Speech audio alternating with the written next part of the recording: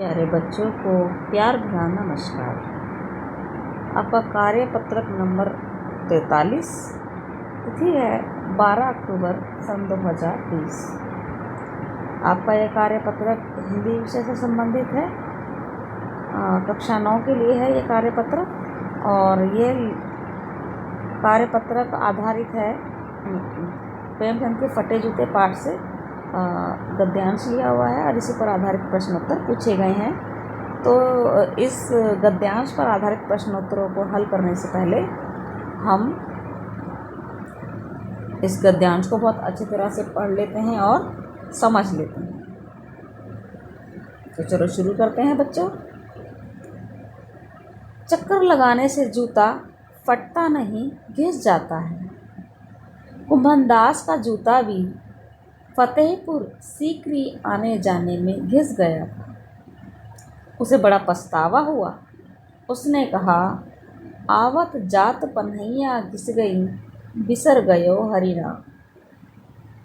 और ऐसे बुलाकर देने वालों के लिए कहा था, जिनके देखे दुख उपजत है, तिनको करबो परे सलाम। चलने से जूता घिसता है, फटता नहीं। तुम्हारा जूता कैसे फट गया? मुझे लगता है तुम किसी सख्त चीज़ को ठोकर मारते रहे हो। कोई चीज़ जो परत पर परत सदियों से जम गई है, उसे शायद तुमने ठोकर मार मार कर अपना जूता फाड़ लिया।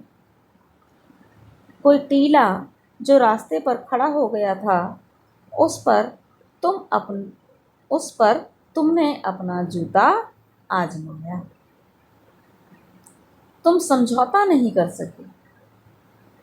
क्या तुम्हारी भी वही कमजोरी थी जो होरी को ले डूबी? वही नेम धर्म वाली कमजोरी? नेम धर्म उसकी भी जंजीर थी, मगर तुम जिस तरह मुस्कुरा रहे हो, उससे यही लगता है कि शायद नेम धर्म तुम्हारा बंधन नहीं था, तुम्हारी मुक्ति थी। तुम्हारी यह पाँव की अंगुली मुझे संकेत करती सी लगती है, जिसे तुम घृणित समझते हो। घृणित का अर्थ है बच्चों घृणा, जिससे हमें घिन आए। जिसे तुम घृणित समझते हो, उसकी तरफ हाथ की नहीं, पाँव की अंगुली से इशारा करते हो। यह आपका गद्यांश है। चलो हम इसको पहले समझ लेते हैं। लेखक क्या कह रहे हैं?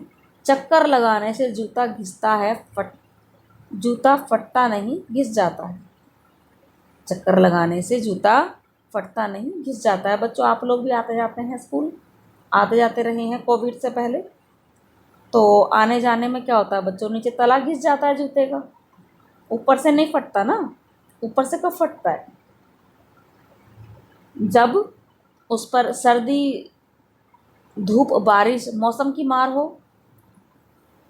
जो जूता के ऊपरी भाग है उस पर मौसम की मार हो, या अगर चमड़े का जूता है तो भीग जाए किसी वजह से, या कहीं ठोकर लग जाए, किसी कील वील से फट जाए, है ना। तो जो जूता ऊपर से फटता है तो वो चलने से नहीं फटता, वो ठोकर से या किसी और कारण से फटता है, चलने से तो नहीं फटता। चलते हैं तो जूता बेटा नीचे से तला घिसता है, उसका ऊपर से तो वो किसी वजह से ठोकर वगैरह से फटता है।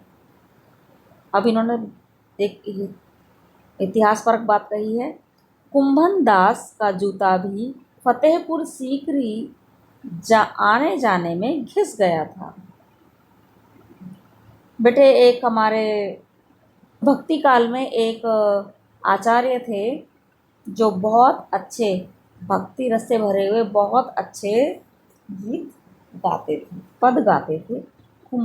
कुंभनदास, ये बेटा जो सूरदास थे, सूरदास के जैसे ही एक सूरदास और 8 कवियों को मिला करके श्रीनाथ जी का जो गोवर्धन पर्वत पर एक मंदिर है, उसकी पूजा अर्चना के लिए 8 महान कवियों को पूजा अर्चना के दौरान भजन कीर्तन गाने के लिए 8 कवियों को नियुक्त किया गया था। तो उनमें सूरदास भी थे तो उनमें से एक और थे, क्या थे, कुंभन दास। तो कुंभन दास जी को एक बार अकबर ने उनका गाना सुनने के लिए फ़तेहपुर बुलाया था, और फ़तेहपुर जाकर के उन्होंने अपना गाना सुनाया था। लेकिन इस बात पर कुंभन दास जी को बहुत बाद पछतावा हुआ था, और उन्होंने क्या कहा था, आवत जावत पनहैया घिस गई, बिसर गयो हरि नाम। ये बच्चों यहाँ थोड़ा दोहा मैंने अलग सुना है, तो वो भी बता देती हूँ, वो भी ऐसा ही है। आवत जावत पनहैया टूटी, बिसर गयो हरि नाम। ये क्या कह रहे हैं, आते जाते कुंभनदास जी ने कहा, आने जाने में तो मेरी पनैया मीन्स चप्पल, जूतियाँ, वो घिस गई हैं, और मैं ईश्वर का नाम भी भूल गया। मुझे फतेहपुर सीकरी से क्या काम था। और ऐसे बुलाकर देने वालों के लिए क्या कहा था उन्होंने, मतलब संतों को बुला करके उनका गाना सुनकर फिर उनको दान देने वालों के लिए क्या कहा गया था, जिनके देखे दुख उपजत है, तिनको करीबो परे सलाम। क्या कह रहे हैं कि जिन लोगों को देखने से दुख होता है, यानी ऐसे लोग जो भक्तों की या भक्ति की कदर नहीं करते हैं, उन्हें सिर्फ एक कला के रूप में देखते हैं, और उनको बुला करके तब उनको उनके मन में ये बात होती है कि इसने बहुत अच्छा भक्ति रस का पद गाया है, तो इसे हम इसने ये इनाम के लिए गाया है। ऐसे लोगों को क्या कहा है, इनके देखने से क्या कहा है, संत ने क्या कहा है कि इनको देखने से दुख मुझे उत्पन्न होता है, और जिनको देखने से दुख हो उनको क्या करना है, तिनको यानी उनको करीबो परे सलाम, यानी उनको दूर से ही नमस्ते कर दो। फिर लेखक अपनी बात पे आता है, चलने से जूता घिसता है फटता नहीं, तुम्हारा जूता कैसे फट गया। अब ये क्वेश्चन आया कि जूता तो घिसना चाहिए था ना चलने से, फट कैसे गया। अब लेखक ने अनुमान लगाए। क्या अनुमान लगाया है, मुझे लगता है तुम किसी सख्त चीज को ठोकर मारते रहे हो। है ना, मैंने कहा था ना ठोकर लगने से ही जूता फटता है। कोई चीज जो परत पर परत सदियों से जम गई है, कोई ऐसी चीज जो बहुत हार्ड है। बेटे थोड़ी मोड़ी चीज़ है, अगर आप चल रहे हो मिट्टी में ठोकर लग गई है तो मिट्टी तो दूर उड़ जाती है, अगर आप पत्थर पे मारोगे तो पत्थर नहीं हटता, आपके पैर में भी चोट लगती है और जूता भी फट जाता है ना। तो क्या कह रहे हैं, कैसी चीज़ है, आपने ठोकर तो मारी है, लेकिन कैसी चीज़ पर मांग रही है, ऐसी चीज़ जो परत पर परत सदियों से जम गई है। बेटे लेखक ये कहना चाहता है कि प्रेमचंद जी बहुत गरीब थे। क्यों गरीब थे, उपन्यास और कथा सम्राट होने के बाद भी वो गरीब क्यों थे, क्योंकि उनकी उपन्यास और कहानियों में भारतीय समाज की सच्ची तस्वीर थी। यहाँ की सामाजिक व्यवस्था और शासन व्यवस्था और आर्थिक व्यवस्था की जो भी कमजोरियाँ थीं, सामाजिक व्यवस्था की जो भी कमजोरियाँ थीं, जाति पाति का जो भी बंधन था, उसको उन्होंने सच्चाई से उभारा था। तो ऐसी रचनाएं खरीदने के लिए धन होना ज़रूरी था। गरीब लोग तो नहीं खरीदते, गरीब लोगों की कहानियाँ थीं, और गरीब लोग तो उसको नहीं खरीदते क्योंकि उनका धन नहीं था। अमीर लोग खरीदते, क्योंकि इन्होंने सच्ची बातें कही गई थी। तो धनवान लोगों ने उनकी रचनाएं नहीं खरीदी। इन्हें सरकारी जो भारतवर्ष में अंग्रेजों का शासन था, उनका भी विरोध का सामना करना पड़ा। तो क्योंकि इनकी आर्थिक स्थिति इसलिए क्योंकि लेखक थे, इनकी रचनाएं नहीं प्रसिद्ध हो रही थी इनके जीते जी, तो इनकी आर्थिक स्थिति भी अच्छी नहीं थी, इसलिए इन पे ओढ़ने पहनने के लिए कपड़े भी अच्छे धन के अभाव में नहीं थे। तो और उनके पास जो भी थोड़ा बहुत धन था, उससे वो गरीबों की मदद कर दिया करते थे। तो उनके पास धन नहीं था, है ना, इसलिए उनका जूता फटा था। लेकिन लेखक क्या कहना चाह रहा है कि आपने, हे प्रेमचंद जी, आपने अपनी रचनाओं के माध्यम से भारतीय समाज में फैली हुई कुरीतियों, ऐसी कुरीति जो सदियों से हमारे समाज में मिली हुई थी, उनको उनका उनको उनका विरोध किया, है ना, उनको उजागर किया। इसलिए आपका जूता फट गया, नहीं इसलिए आप गरीब हो गए और आपका जूता फट गया। ठीक है, कोई टीला जो रास्ते पर खड़ा हो गया था, उस पर तुमने अपना जूता आजमाया, यानी कोई कोई समस्या ऐसी जो समाज में बहुत अधिक व्याप्त हो गई थी, उसको उस पर आपने लेखनी चलाई, उसका विरोध किया, उसको उसको उभारा और लोगों को समझाया कि ये चीज़ बुरी है है ना। तो ये कि इस पर तुमने अपना जूता आजमाया, यानी उसको ठोकर से, अपने रास्ते में आई हुई रुकावटों को आपने अपने ठोकर से हटाया। तुम समझौता नहीं कर सके, तुम उन बुराइयों को अपना नहीं सके। क्या तुम्हारी भी वही कमजोरी थी जो होरी को ले डूबी? बच्चों, होरी एक इनके उपन्यास का एक पात्र है। तो वो क्या करता था, उसने उस समाज में फैले हुए जो धार्मिक कर्मकांड थे, उसकी कमजोरी की वजह से उसे बहुत मुश्किलों का सामना करना पड़ा था। तो लेखक क्या कह रहे हैं कि क्या तुम्हारी भी वही कमजोरी थी जो होरी की थी? क्या तुम भी समाज के नेम धर्म को, कर्म कांडों को, धार्मिक आडंबरों को मानते थे, जिस वजह से तुम्हें मुसीबतों का सामना करना पड़ा?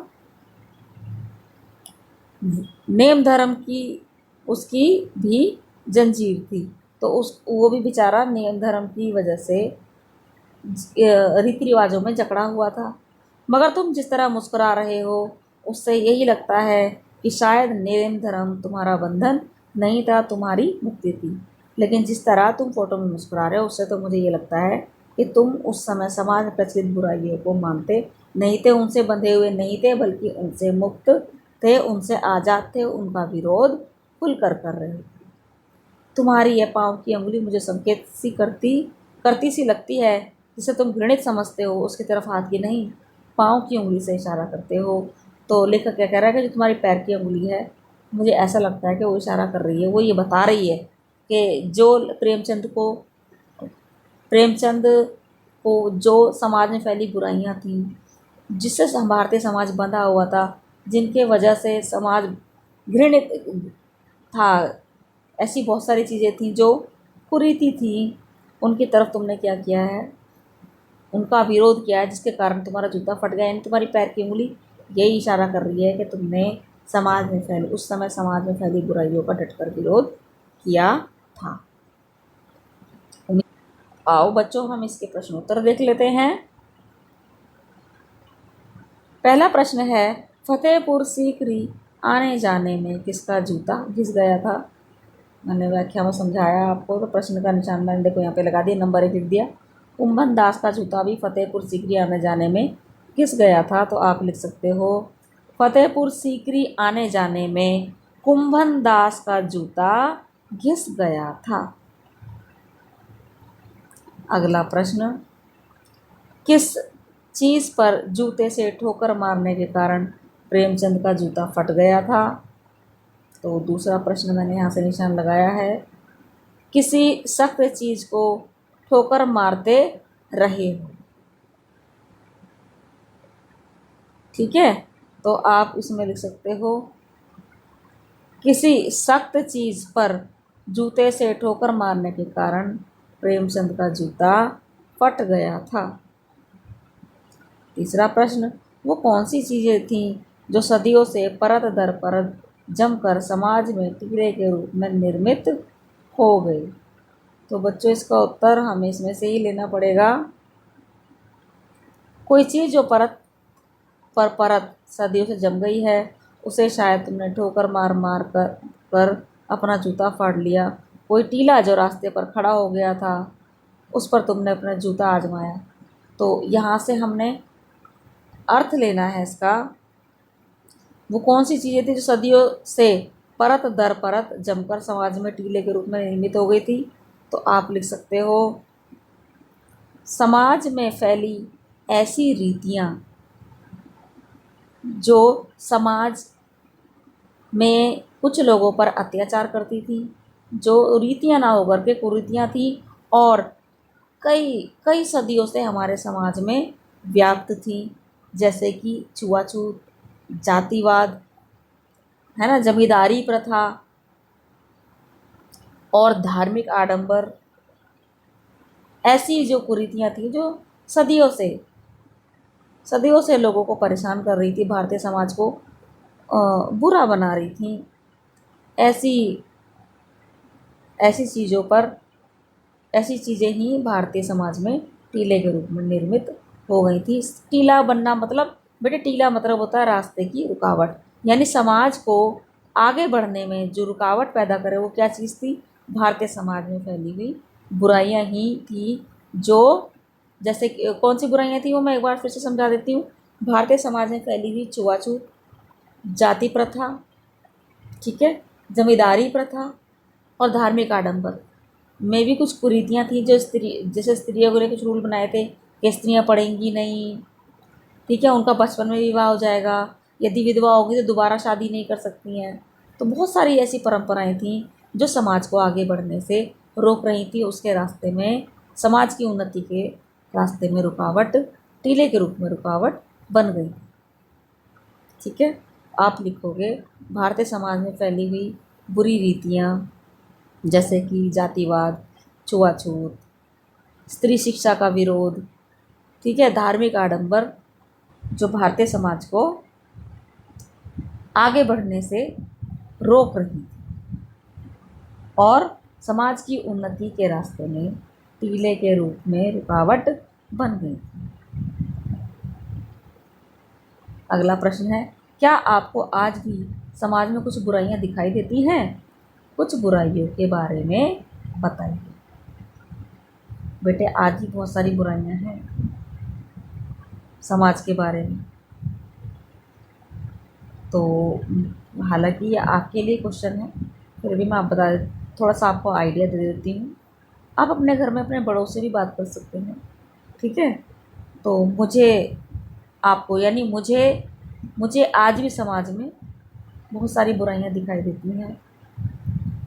तो आप अपने आसपास बेटे लिख सकते हो, जो आज इतनी सारी तो घटनाएं हो रही हैं, आप टीवी भी देखते हो ना, तो उन बुराइयों के बारे में लिख सकते हो।